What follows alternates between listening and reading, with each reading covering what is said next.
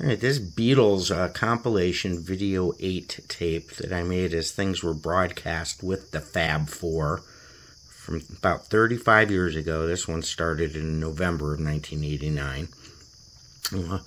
Probably the most significant thing for kids will be 48 hours. Their minds will be blown that 48 hours at one point wasn't showing true crime dramas and other news drivel.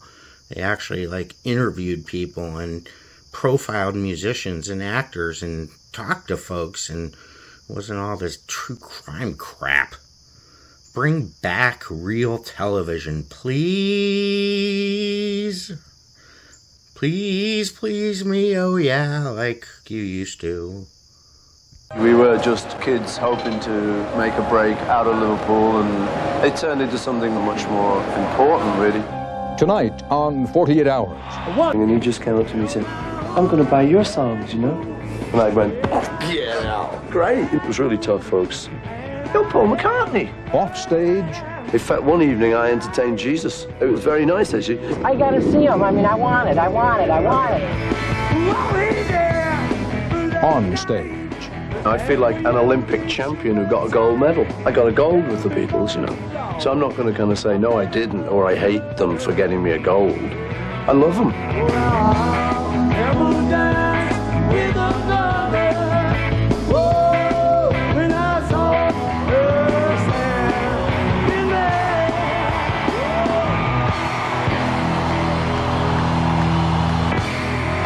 Paul McCartney. To millions of Americans, he'll always be just Paul, as in John, Paul, George, and Ringo. At 47, the former Beatle would seem to have it all. Fabulous wealth, a 20-year marriage, a musical legacy that helped shape a generation. But with John Lennon murdered, and George Harrison and Ringo Starr branching out into movies and TV, McCartney is back on tour in the United States for the first time in 13 years. What's Paul McCartney's message to his fans and to himself? Come along with us to Chicago, where 48 Hours was given extraordinary access to the music, the man, the memories.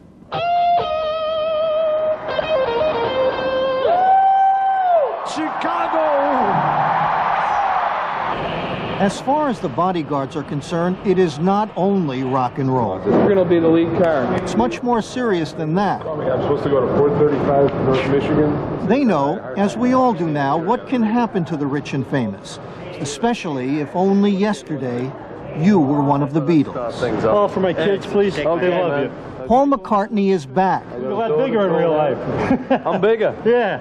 I'm huge, man. He's on the road again with a new band. It's all right, guys. Take it easy. That includes his wife, Linda. I thought we were in Germany, but it turns out we're not. Wir sind in Chicago. Oh, Chicago. I saw a man dance with his wife. So they have the time of their life. The Beatles are the #1 recording group of all time. Look at that playing. Yeah. Only Elvis had more top 40 hits. Oh, Harry. Great, man. But McCartney hasn't had a #1 song in 6 years. And the cold fact is, a lot of the pop world wrote him off. Is there a tape cassette recorder in here? Probably just up there. Oh, yeah, I got it. Yeah. But he's got a new album out now, and the critics like it.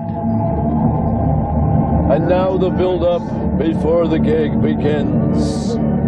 The press conference first. And then the gig itself.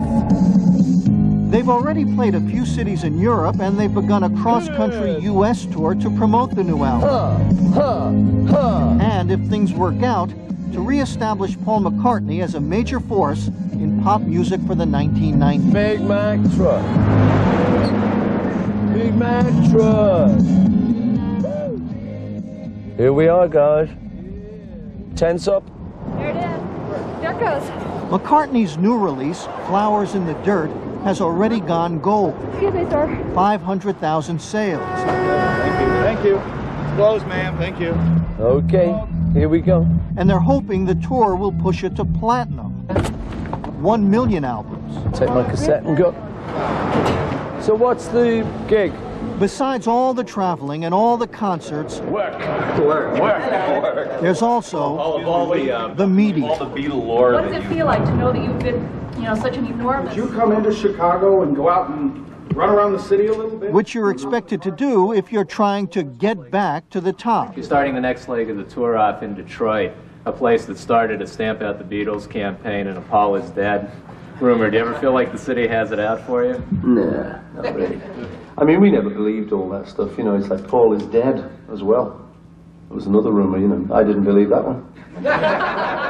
The record isn't the only thing McCartney is pushing. Celebrity has also given him a forum. Paul, this is Dave McBride from Q101. Hi, Dave. Nice to meet you. For his message. I, like a lot of other people, want to see a lot of the pollution stopped. I want to see this hole in the ozone layer stopped so I can go back sunbathing. We want to live in a clean world, yo.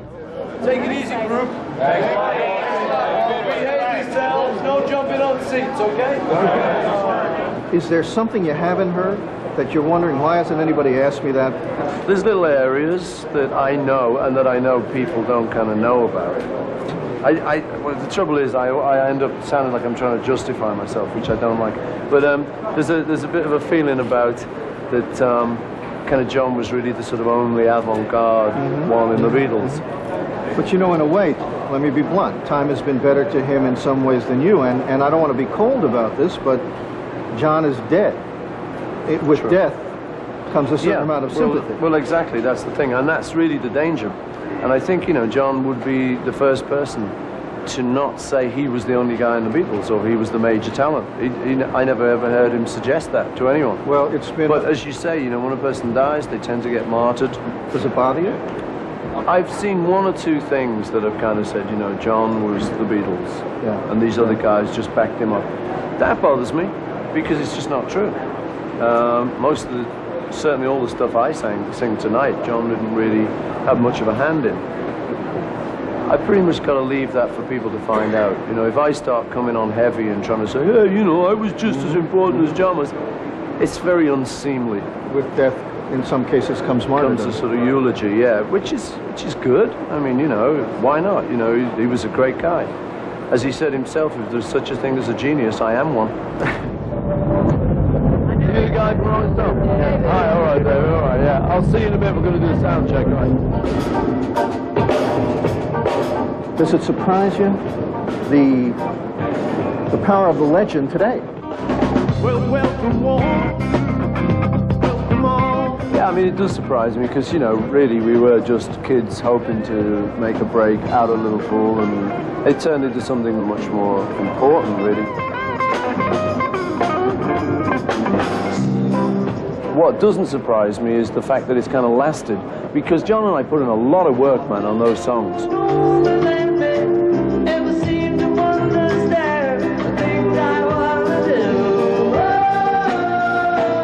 I mean, we were really, really keen to emulate the songwriters that we loved. I mean, I was out to become like another Cole Porter. Still am, babe.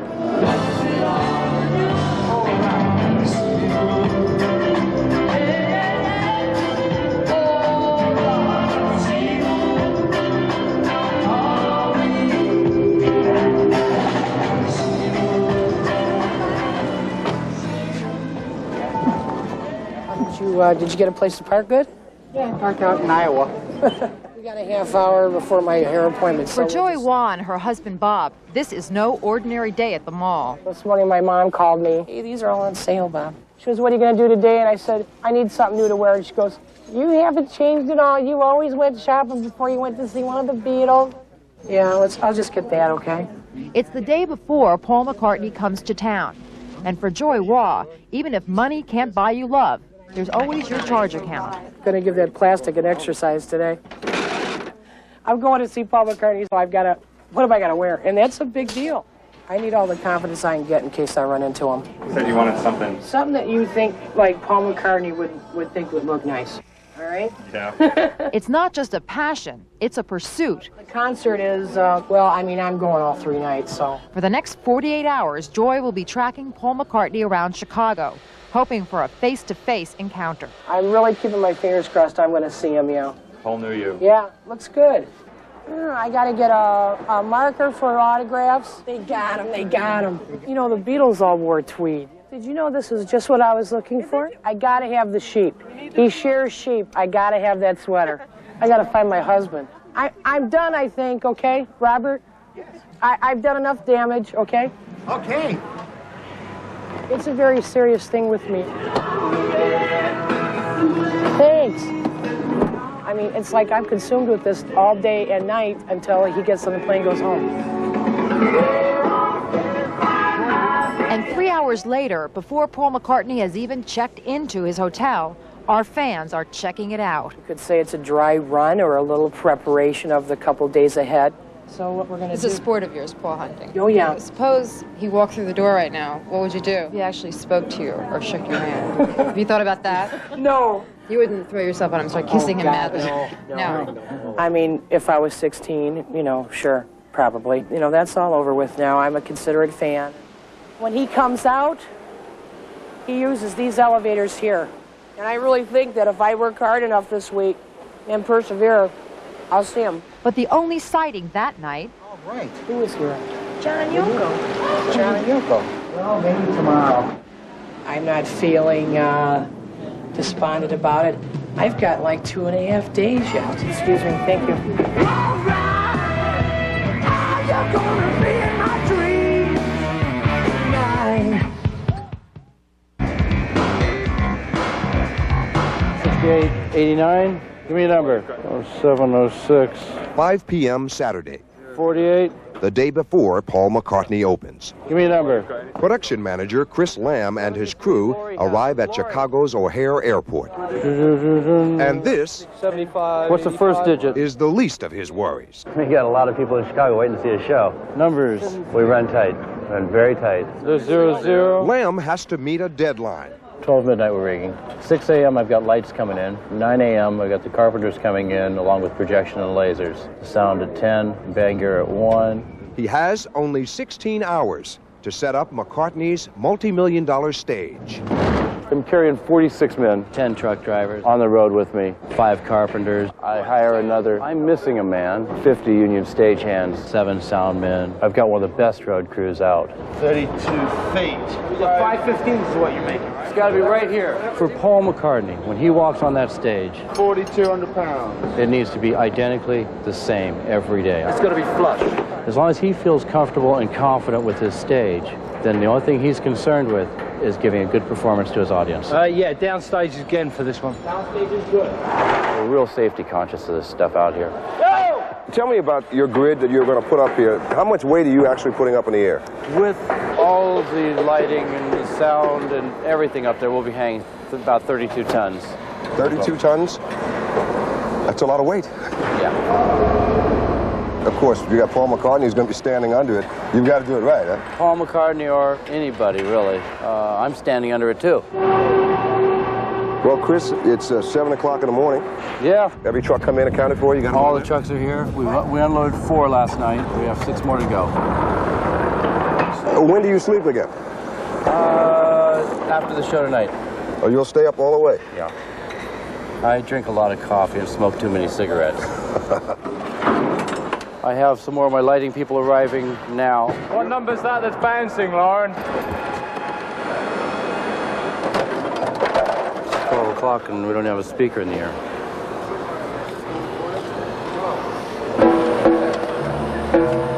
This is the one that was used on the last Beatles tour. Probably the most valuable instrument I've ever touched. These guys are different. In another era, they'd have been cowboys, or they'd have been pirates. No one knows, no one really cares who these guys are, their names, their faces, anything else. I'm just cleaning up microphones so they don't smell nasty. #1 guitar he uses throughout most of the show. Everybody's still nervous about each gig, you know? We're all anticipating any problem might arise. We want it to be perfect every night. All set? What kind of toll does this job take on you and your men? How long until we go up to testing height? A lot of people think it's a glamorous type of job and it's hang out with rock stars and things. So we can go up to testing height in about 10 minutes? But you give up your personal life. We travel, we work hard. A lot of the guys have left wives, family, everything else at home, and you leave them at home for anywhere between a month to 6 months. It's tough because the only free time a lot of these guys have is late at night. And late at night, you got a choice of going to sit in your hotel room or down to the bar. I was convinced I wouldn't be touring when I was, you know, over 30, and I'm 35 and I'm still doing it. There is a heavy emotional toll, yeah. My own marriage has just fallen apart, for want of a better word. It happens to a lot of us. It's one of the diseases of the job.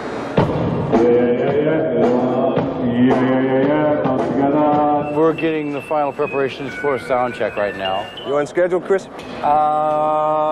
Yeah. You still worried? Yeah. Still worried? Always. Now we'll just be working on the sound purely. How's that other mic? Okay? He wants to do his perfect show up there. I want to do mine down here. Yeah, we're in good shape. Just another one of those long days, you know. Let the sun catch you right. I never dreamt I'd be even in this business, much less working for the man who started it all.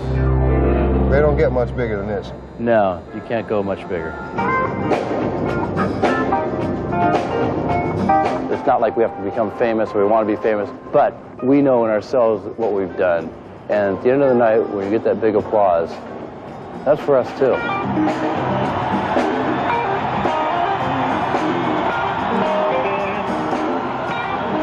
30 minutes till we roll film.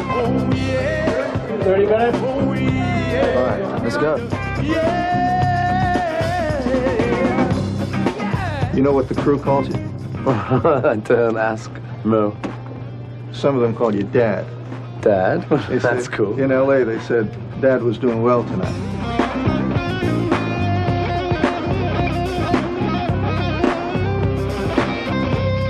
You're only 47, which is a young man, obviously, but how old is too old to be a rock and roll star? Well, you know, that's the question that keeps getting sort of stretched.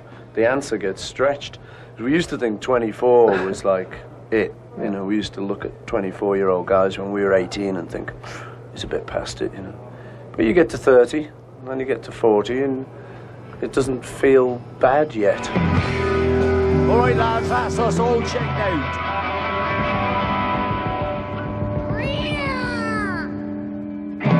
Let me ask you a question that I haven't totally thought through.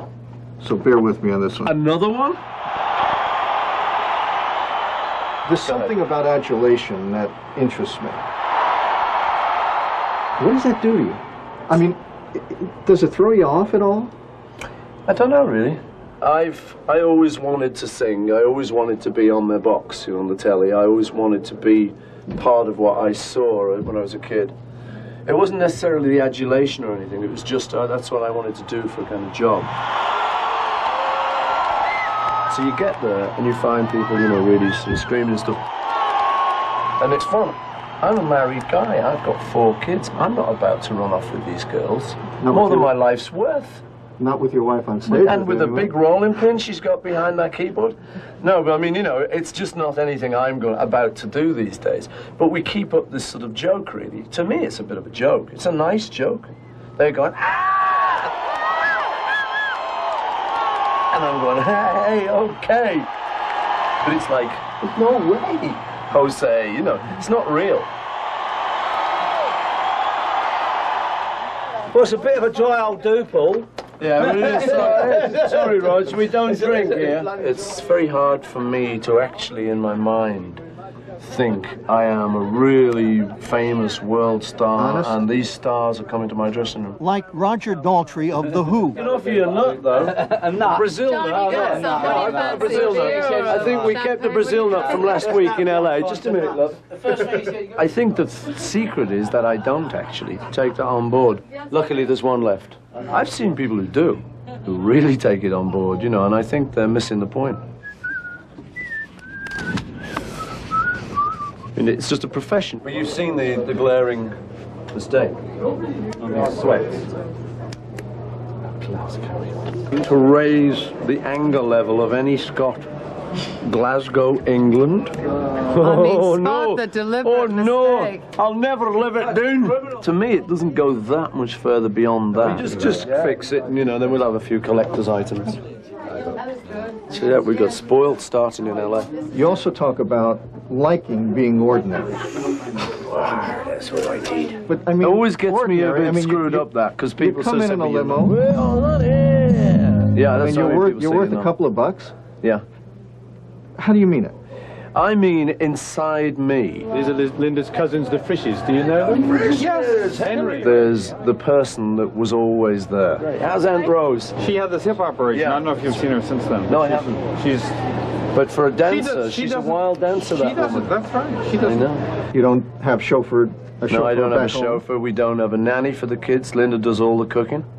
Who are you to your kids? Mind you, Dad she said or she Paul McCartney? I'm Dad, mainly. When they were really little, I was in Scotland once, and the kids were riding past on a little pony, 2 of them up on a pony. And one of them, 4 or 5, one of them looked at me and said, "You're Paul McCartney." It looks like it'll probably be about 5 minutes, okay? Showtime. Let's go. The guy who looks like he lost the fight is the drummer, Chris Whitten. He fell off his bike. Robbie McIntosh plays lead guitar. Wicks plays keyboard when he's not getting autographs for his relatives. Oh, no! And the guy with the other home video camera is Hamish Stewart, who plays bass. The Phantom of Scotland. Is the film started then? Yeah. The film started. For years, Paul McCartney says, I tried to ignore the past. He pretty much stayed away from Beatles songs after the breakup. I like that. Too painful, he says. That's the one they'll use. But now, half the songs at his concerts are from the Beatle days. Hi, how you doing? Paul McCartney seems to have come to terms with the past. And the 12-minute film that begins each show includes 2 songs with John Lennon singing lead.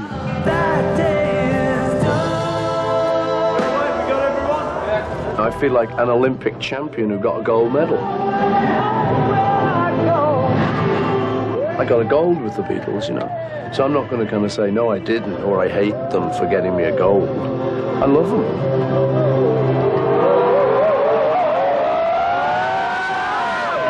I love what I did with them, and I'm very proud of what we did. Paul McCartney, the man, the music, and a first-hand account of the final days of the Beatles, later on 48 Hours.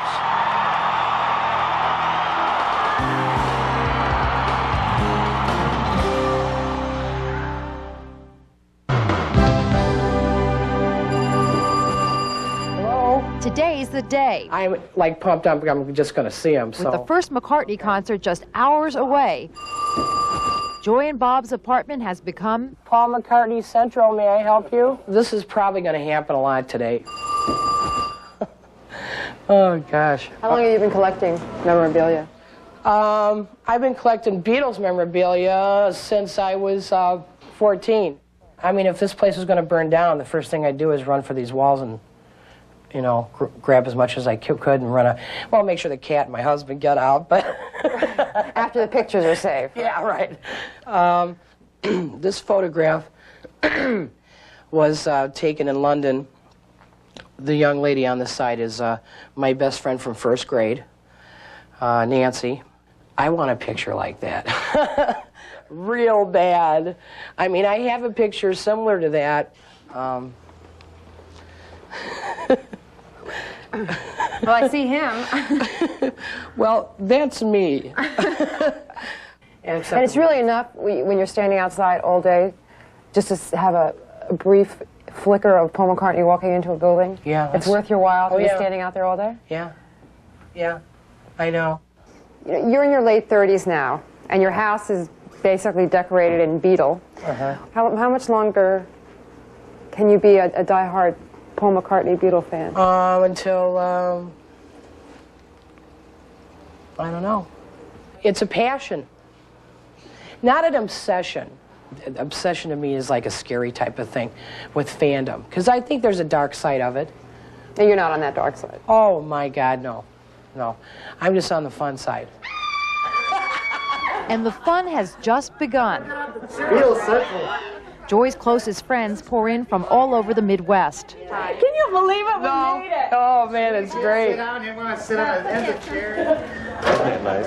Oh, that's beautiful. Oh, wow. Shot from Ringo at the concert, as well as an autographed 45 jacket. Will you go to the concert all 3 nights? 2 nights. 2 nights. We're going to fly back We Tuesday. do have children. You do, right? Do you think you'll get bored seeing the same show twice? No. What a stupid question. I mean, there's something about Paul you have to admit. He's the cute one. He's the cute one. I'll That's say. right. And I'm short, and he's just about my size. We're leaving this place in 20 minutes and going to the sound check. Yeah. You never can tell. You know, he might get there early. Yeah.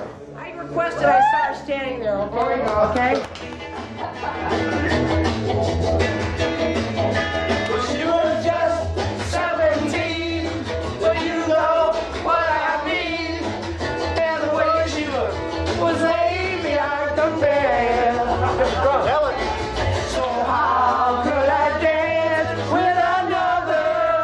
Woo! When I saw her standing there. It's the joy, you know, because I was there. I got thrown out of the theater the first show I saw for screaming and stamping my feet on the wooden floor, you know, out. But it was worth it to get thrown out just to let it go and say, oh, I love those guys, they're so cute. Any chance you'll be thrown out tonight? No, I have grown up in some ways, you know. Let's go, let's go.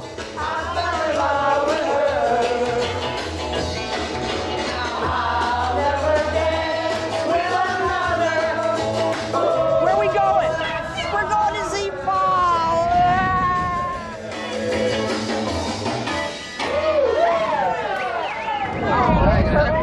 We're looking to see if we can find just what part of the building the sound checks are done in. Is he coming to do one this afternoon? He could be. You guys don't say a word, do you? That's right. That's okay. Security. That's right. That's fine. That's all You right. can't stick around here, though. This is private property right now. Okay, well, I don't think he's here. He's not here. I can guarantee you. We just I gotta see him. I mean, I want it. I gotta have it. I gotta have it. Tonight or? Yeah, tonight. How many shows you going to? One here and one in New York next weekend. I went to 2 in LA. Just gives you chills. When he does Back in USSR, the place goes nuts. Not back in the USSR. Yes, Oh. the place goes nuts, and then after he does that, he goes right into, well, she was just... The place goes crazy. But the best is the encore. The best. Oh, what's that? No! T-minus 1 hour, 16 minutes, and 15 seconds to blast off.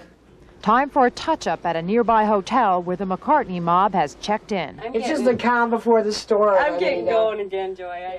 Are you disappointed you didn't see Paul today? No, because I would have been real surprised if I would have. It's getting close, isn't it? I mean, there's no way I could have come over to this hotel and sat here all day and not at least gone over there once to try.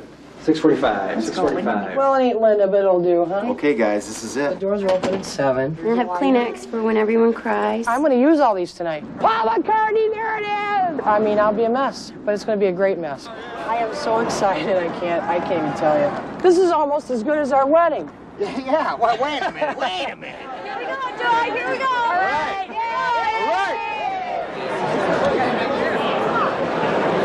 These programs are great. I mean, is that hot or what? There's no way Paul could disappoint you tonight. Hold on, Joy. Oh, there is no way. No, there is no way he's going to disappoint me tonight. I'll probably have the same reactions I had when I was 14 years old. When the lights go down, you know, it's just going to be great.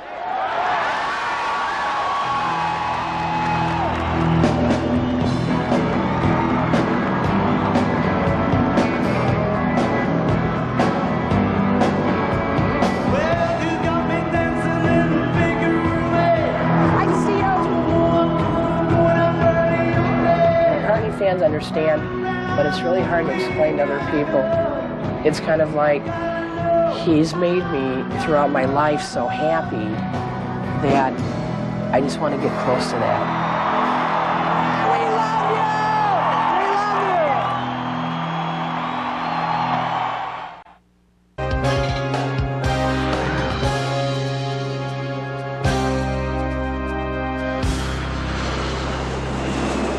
Hello, Bayman FM, Chicago 621. We have front row seats for McCartney's sold-out shows at the Rosemont. An hour before showtime, 14,000 people streaming into the Rosemont horizon. The haves and the have-nots. Desperate Beatles fan, looking to get in. I need 2 tickets real bad, and everything has a price I'm willing to pay. Eager to satisfy that demand, ticket scalpers. Never on the bill, always working the show. Some people are so naive, they go in their pocket and they pull out $56. Then you explain to them it doesn't work like that. Any extra tickets? No, it's sold out at 100 each. Everything has a price I'm willing to pay. I'm desperate. I'm desperate. Have a heart. But tonight, the scalpers will have some unexpected customers. The tickets are going, rumor has it, anywhere between $500 and $600. The guys are going to carry the money. Check your money, make sure you got $400 cash there. I've got the other $400. Detective Ed Lee and a team of plainclothes officers from the Rosemont Police Department are across the street, preparing to scalp the scalpers. Let's go to work. Act 2. A professional scalper melts into the crowd. Where are they for? Section 113. Section 1, where's that at, you know? First level on the side. He's shrewd. Sure you want to take 75 each? No way.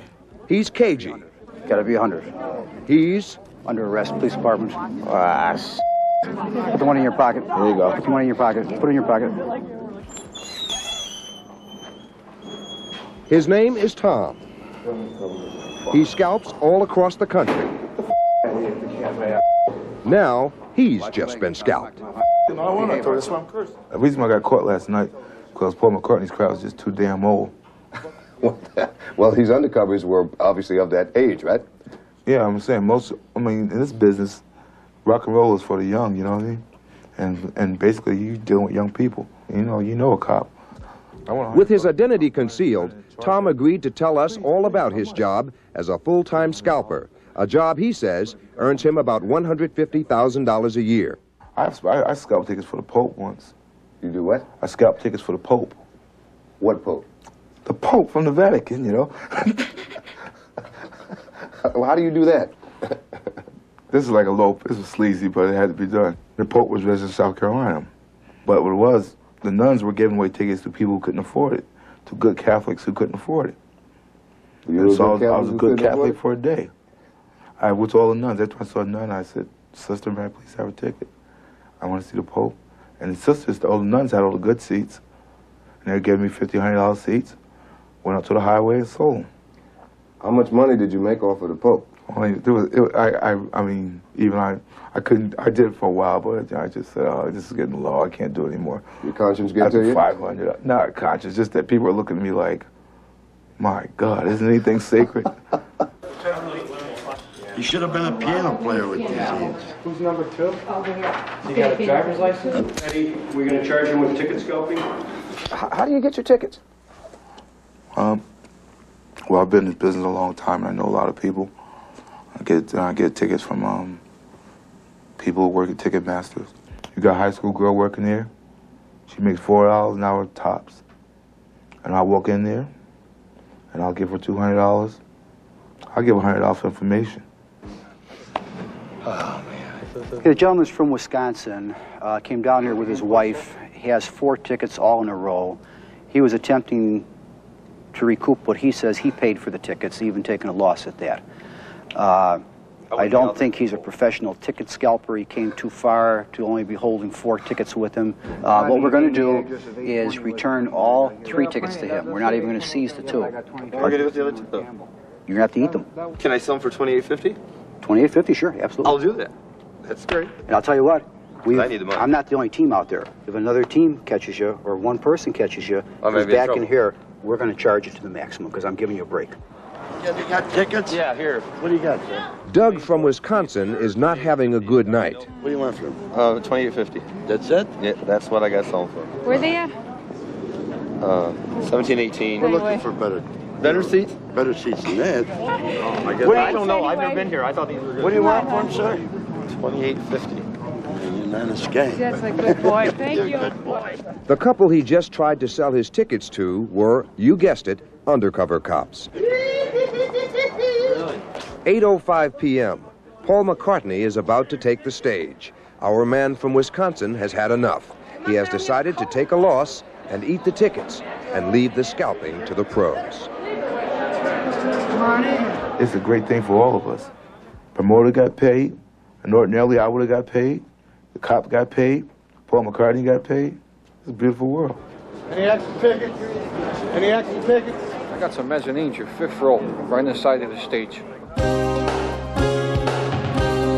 Let's go back. There's a few odds and ends here. Okay, I think we're done now. In the world of big-time rock and roll,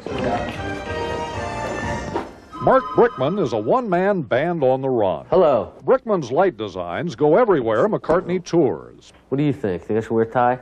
No? No. Okay. I'm getting married on Saturday. Gotta go by. We interviewed him in Los Angeles. Oh, man. Now, see, you guys made me forget my sneakers. One stop before Chicago for McCartney. These are the flip-tops. One stop before the altar for Brickman. I hope I got everything.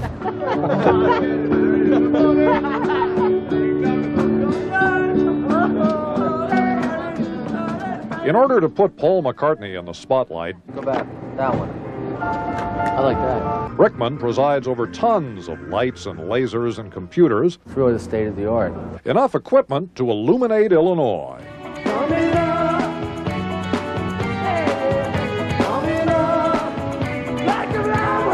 There's only about 5 guys in the world that do what I do that are on my level. I'm looking for the luminous legend burned into our visual consciousness, you know, for one moment or two. And it's easy. Well, so I look at it more like I'm a director and an editor, and I put it together. Brickman is at work on a TV commercial. Lauren, is he going to drop the pods? Then they want to do something for the ending here. For the tour's co-sponsor, Visa. General wash across the stage, so everyone's covered, and then they all go right on Paul.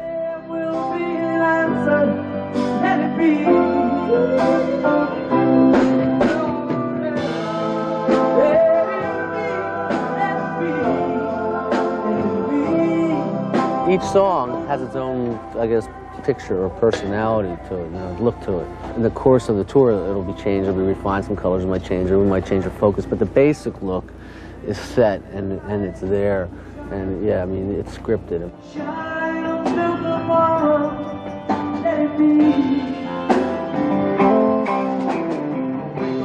Can you think back and think how the level of sophistication in the lighting and in the design then versus now? These audiences now watch, you know, constant garage and MTV, really fast cutting, you know, commercials on, TV on, everything's really on all the time. So it's a real sophisticated audience, and things have to be constantly changing almost in these shows. They gotta move. They gotta move. Come on, Robert! Come on, Robert!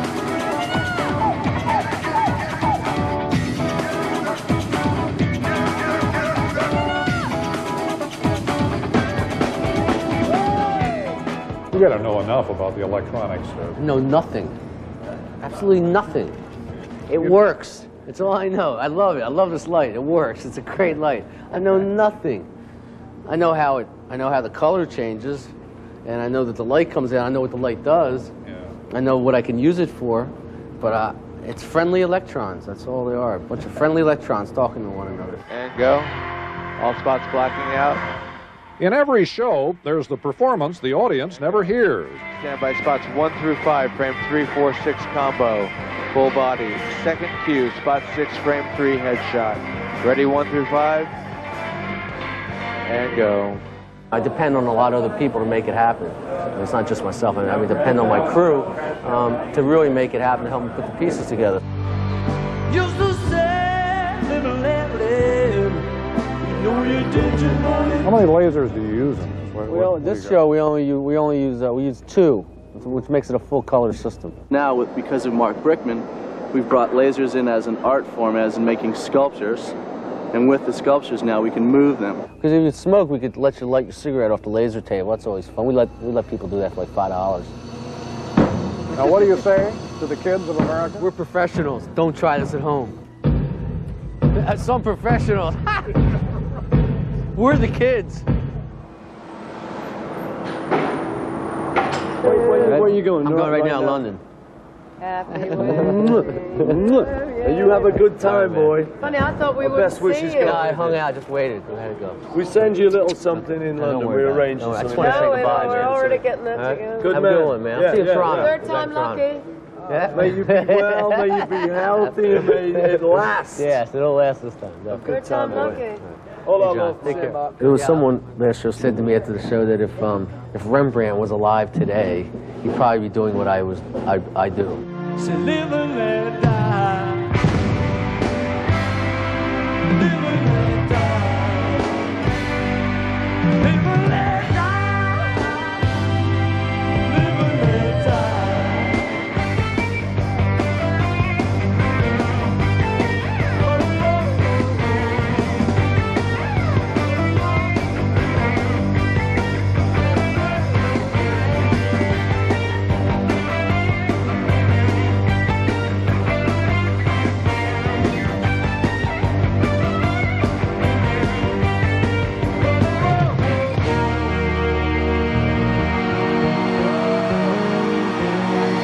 Splash out, 2 and 5 splashing out, ready? And go. Nice job.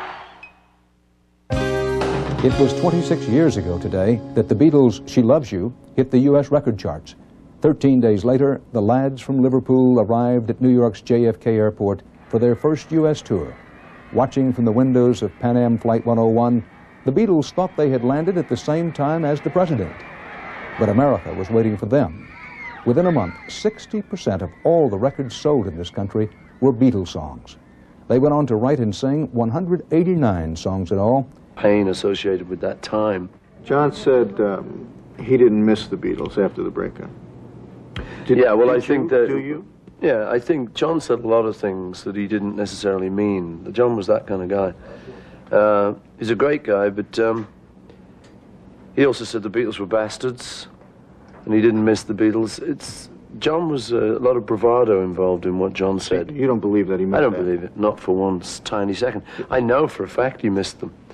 He talked to Yoko, and she says, yeah, he missed them. I talked to him on the phone. He said, you could tell he missed them, but John was not the kind of guy, you know, he's like, How about he's you? the kind of guy you'd thump in the mouth. He said, did that hurt? He said, no. You knew it hurt. How about you? Not that I ever did thump him in the mouth. Do you How miss about me? Even now? Even now? Yeah, I mean, I think the point is, you know, that the Beatles was a great band. We came out of Liverpool together. We did a lot of great things together. And so I think there was a point when we missed them. And I think that was shortly after the breakup, maybe the first 5 years after the breakup. After that, I think John would start to be right, you know, that we'd miss them less and less as we each formed our new lives. I'd like to introduce my wife, Gertrude.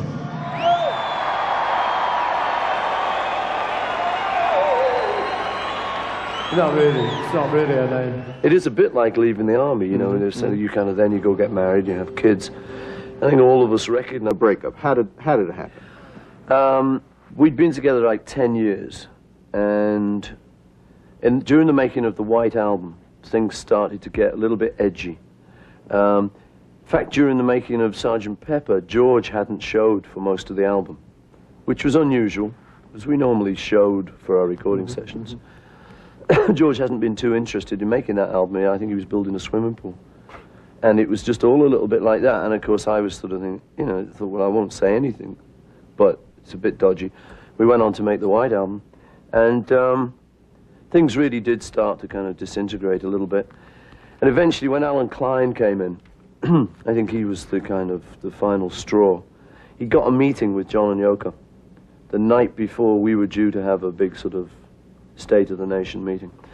And John and Yoko arrived the next day, and John issued a statement saying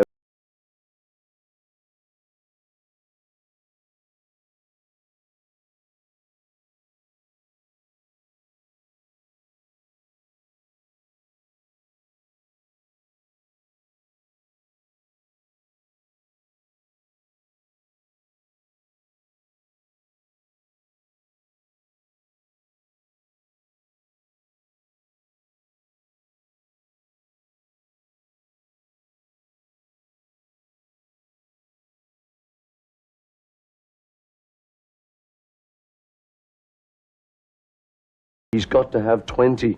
I said, well, big act, guys. Real big group. He'll take 15. Don't you worry. They said, no way. Anyway, so John was at that meeting, and he just suddenly let it out. He just looked at us all. We were sitting around like this, and John just said, I wasn't going to tell you till after you signed the Capitol deal. He said, but I'm leaving the group. And he just looked at us, and our jaws just fell. And we all went kind of white. And he said, it's kind of a great feeling, telling you. It's kind of an adrenaline rush. He said, it's like, you know, telling someone you're getting divorced. He said, it's kind of, you know, a little bit weird, but I'm leaving the group. So we all kind of just sort of said,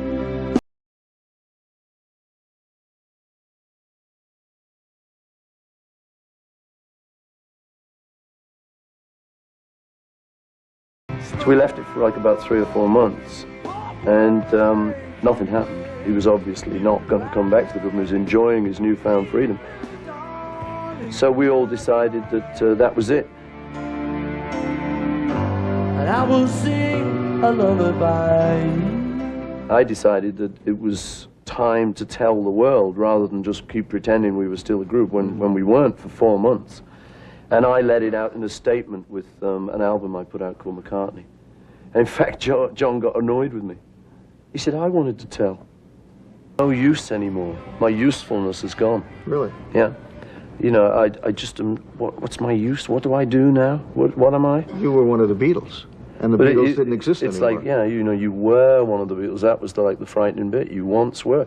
And I kind of think, well, God, you know, I'm not like at retirement age yet. I can't just swan off to a desert island. Yeah, I've got to do something. So just the kind of depression of actually trying to think what I would do next, you know, and my self-esteem was what was the thing that I think the guys who get laid off, it's what they feel. You just plummet. You just get so depressed. Did you Yeah, really? I mean, that was the worst moment other than my mother dying when I was 14. That was the kind of second worst moment in my life to that point. I mean, I didn't get up for a long time. I didn't shave for a long time. I drank a little. Hey, what the hell? Yo, let's go for it. We got time off, guys. Why shave? No one's coming round. I mean, was that I don't have to serious? go out. Oh yeah, it was serious. All right. It was serious to your fans, obviously. I mean, It was they more thought serious to my family, you know. I mean, the fans is one thing, you know. We'd given them 10 years of good music at least, but the current situation with a young family as I had, you know, Linda, we'd only been But you married. weren't about making ends meet. You weren't worried about No, that. it wasn't that. It's just self-esteem. It's not having money. It took me quite a lot of time, and Linda was like a major help with that. She kind of lifted me back up, and I eventually started thinking, well, you know, maybe it's not the end of the world, but it took a couple of months. And the difficult thing for me, that an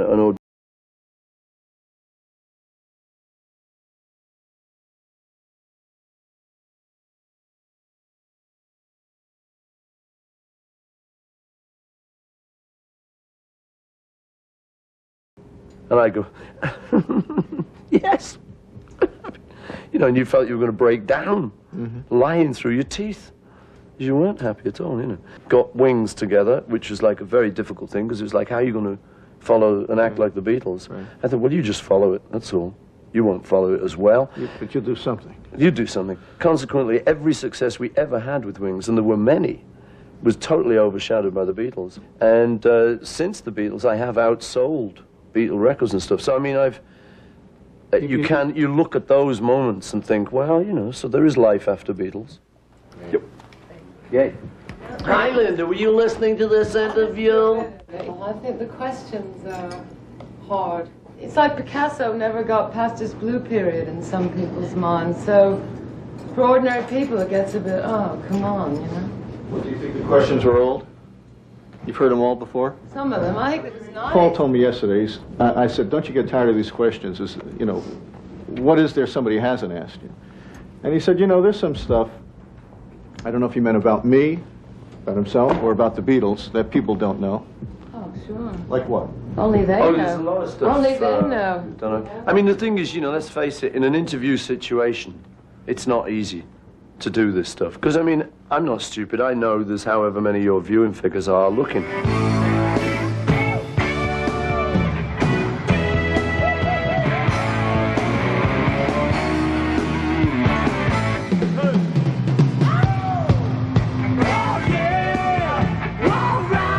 is your role? You play keyboard and tambourine. You're not a professional musician. Well, a lot of rock and rollers, it's down to 12 bars and a bit of fun. A bit of an escapism, really. Now, understand how I mean this, and bear with me. No, I have no problem. I've heard everything. Okay.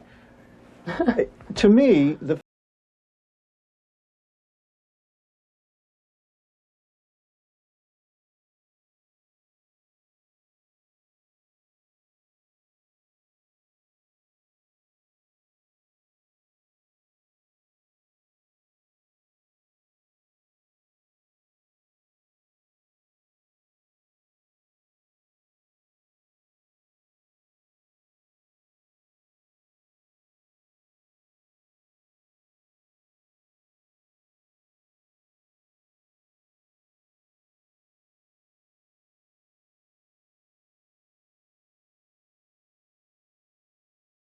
Does it hurt you at all when you hear some of the things people have said over the years about your musical ability? I am used to people who have certain ways of thinking, me rubbing them the wrong way.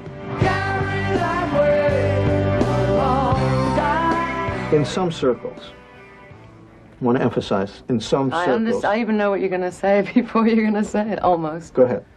No, go ahead. That you're one of the two women who broke up the Beatles. That's what I mean. That was how many years ago? 20. Right. Yoko Ono being the other. Well, I mean, I can barely comment on this anymore. It's so ridiculous. I mean, that isn't what broke up the Beatles, you know. I certainly didn't break up the Beatles, you know, honestly. I would have liked them to stay together, are you kidding? I get the impression after spending basically 48 hours with him, I really get the impression that he misses the group, and if there was some way to get together the other two and him, he would really want to do it. Am I reading I think too much? he'd definitely like to play with Ringo and George. I know he would have loved to have played with John. He never wanted to stop playing with John. So to play, I know he'd love to. I know he'd love to get the stories right and set it right. He has that kind of passion.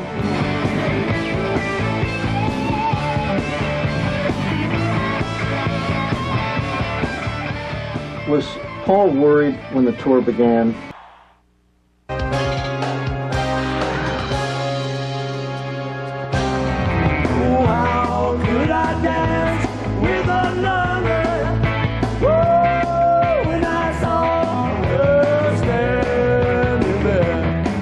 For 48 hours, she's been trying to meet the man. Hard work, huh? It's hard work. But so far, Joy Wah has been left out in the cold. Have you seen him? Nope. There have been near misses. He's gone. Service entrance. Foiled again. Dubious deliveries. I have a gift and a note for Paul McCartney. I'd like you to take it up to his room for me, please. I don't show that he's registered in the hotel. And this is her last chance. He's close. I can just feel it. Are you here by any chance waiting for Mr. McCartney's party? I said, are you waiting for someone to come through the lobby? And he goes, yes. And I said, and you'll pick them up right here? And he goes, yes. Maybe we're going to get lucky today. Where's he going? Where are they going? No, there it goes. There it goes. Come on. Same drivers. Is this it? Parking garage. When the limo comes up here, and if he stops, I'm going to go up and knock on the window of the limo and hope that he can find it in his heart to roll the window down and just... Here comes the limo. Here comes the limo. Yeah. Here he comes. Get me to cry. Get me to...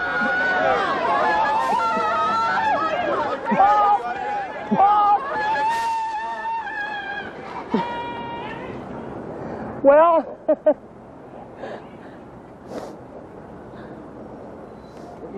well, I knew he had to see me, so that's all right. I'm happy because he just looked at me just for a second, and that's enough. I'm happy now. 1, 2, 3, 4.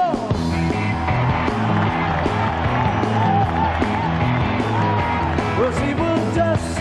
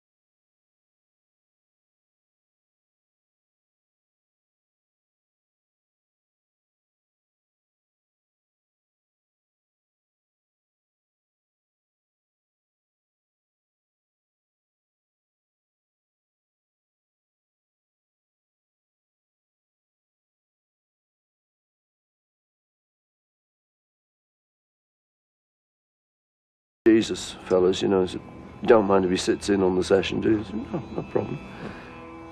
Let me ask you about one of your new songs. This one, about a marriage? About a relationship, yeah. And about not expressing... It'd be great to kind of, I hope I tell her I love her enough and I hope I do all that.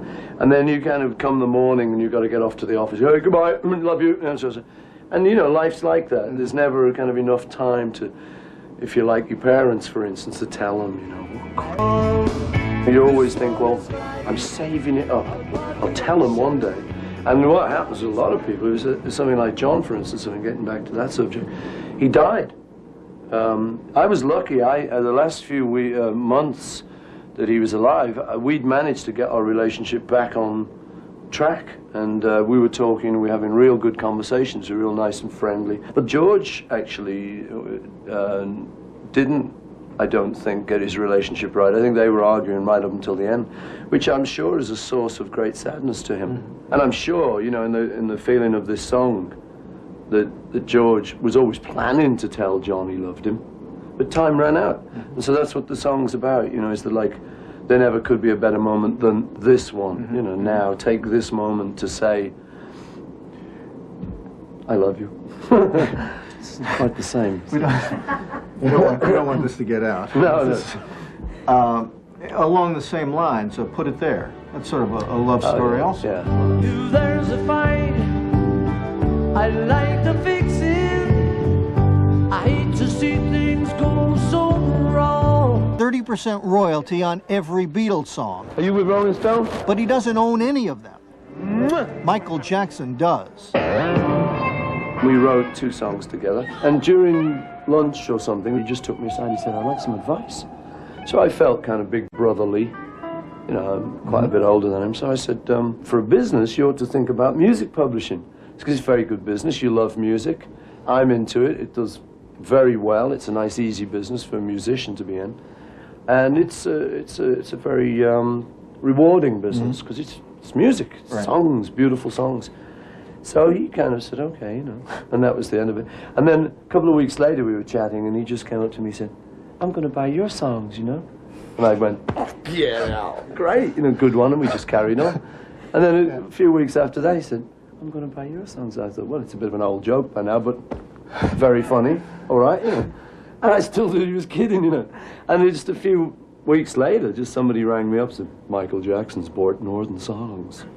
It's your whole portfolio. Oh, yeah, and that's where all the Beatles songs are in. But, you know... but it's not funny in a way to you, is it? Well, no, it's not funny at all. But the thing is, there's nothing I can do about it. The fact that isn't funny was the fact that when we were 20, John and I, it was a kind of pretty ordinary publishing deal at the time. But they took the copyrights. So, you know, he bought that company, which was up for sale. There's nothing wrong with that. But I do intend to have a word with him. I spoke to him in L.A., actually. You did? Yeah, and said, look, we've got to come to a good understanding here, because there are a number of things I don't like about how he runs the company. I mean, isn't this weird? Me going to this young entertainer, hey, kid, look, I want a better deal around here. I figure I need a raise. So he uses Revolution to sell sneakers. Yeah, and his National Panasonic is All You Need Is Love. Yeah. Good Day Sunshine's an Oreo cookie these days. Yeah.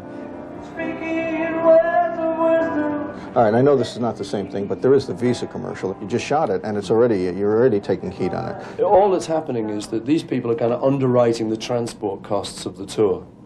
So in return for which, I won't actually ever be seen turning to the camera and say, you know, the card you ought to pay. There's none of that. They basically are just seeing me running from here to there, and they do their own commercial. And the way I see it, they're really promoting us.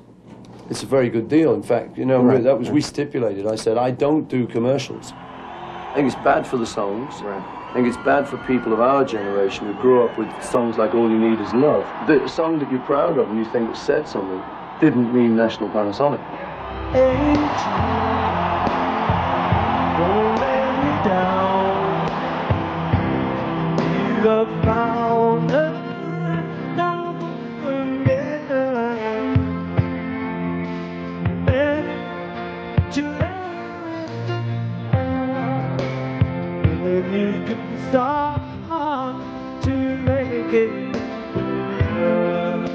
You know, the fans, when you sing the old songs, sometimes they laugh, sometimes they're happy, sometimes they cry. But one way or the other, the songs take them back. Do the songs take you back when you're up there? Yeah, sometimes I get a bit of a choker on them, I must say. The other night I was doing Hey Jude, and I'd just done an interview prior to that where I'd been telling someone about John's value as a co-writer.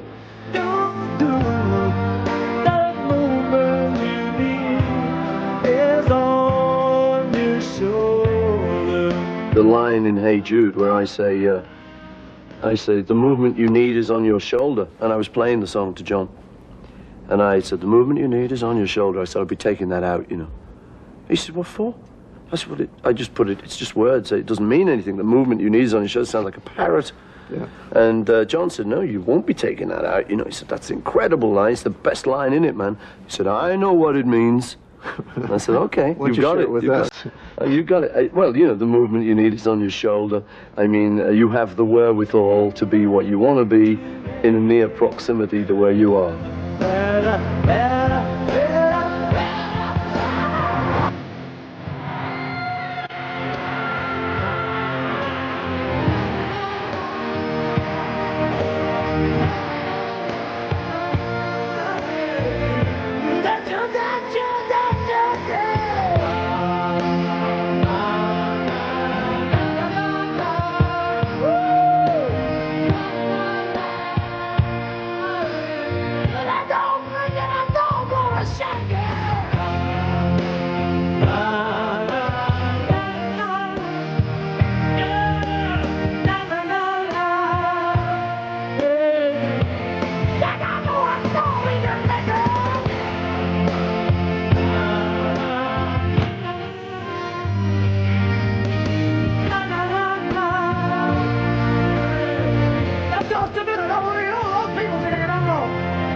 It's been a long and winding road from the old days in Liverpool. Today, he's worth a fortune. Guesses range anywhere from $130 million to $500 million.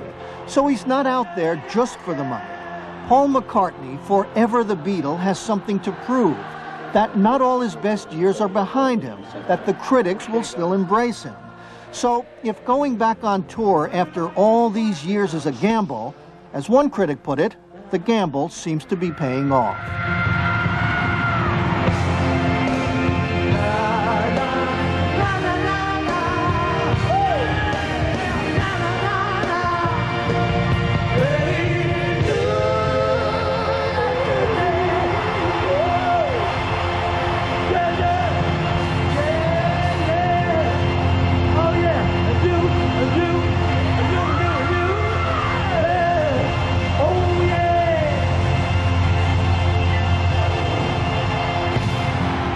I'm still kind of in the middle of this thing, you know. I don't ever feel like it's finished. You know, I'm only 47, I'm only just begun. You know. I'm still planning to write better songs. Back in Chicago, see you next time.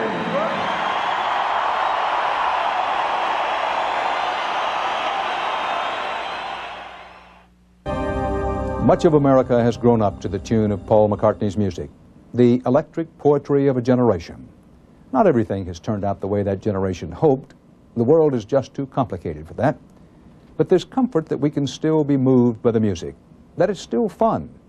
Danny and the Juniors were right. Rock and roll is here to stay. I'm Dan Rather. That's 48 Hours for this week. Now here's a look ahead to next week. I have some real problems with retention of memory. My father's just not the person he was for, 75 years. Millions of Americans either have it, I know that she doesn't recognize me, or fear they will. My little motto is use it or lose it. A tragic ordeal for the victims. Living death. Death. And their families. She kept praying for death. The baffling mystery of Alzheimer's disease. And with that, I told the truth. Next week. Hey, Jude, don't make it bad. You take a bad song and you make it better. To love your skin, and you get you make it better. Coming in February, the story of a man who lured his family into the most damaging espionage operation our country has ever known. Powers Booth and Leslie Ann Warren star in Family of Spies, starting February 4th on CBS. Now stay tuned for a veritable laugh attack, the Dave Thomas Comedy Special with guests Martin Short, Chevy Chase, and more, coming up next.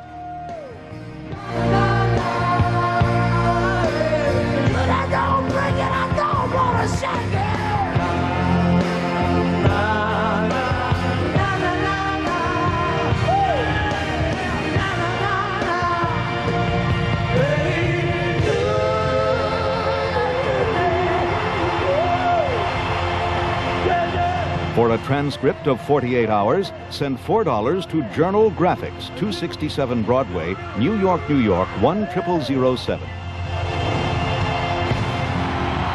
We'll see you next time. Thank you for watching Cleveland Live Music. I can't play a lick. That's why I'm a taper. Thanks for watching the channel and making it grow. If you want to subscribe, that'd be appreciated. Patreon and GoFundMe would be appreciated.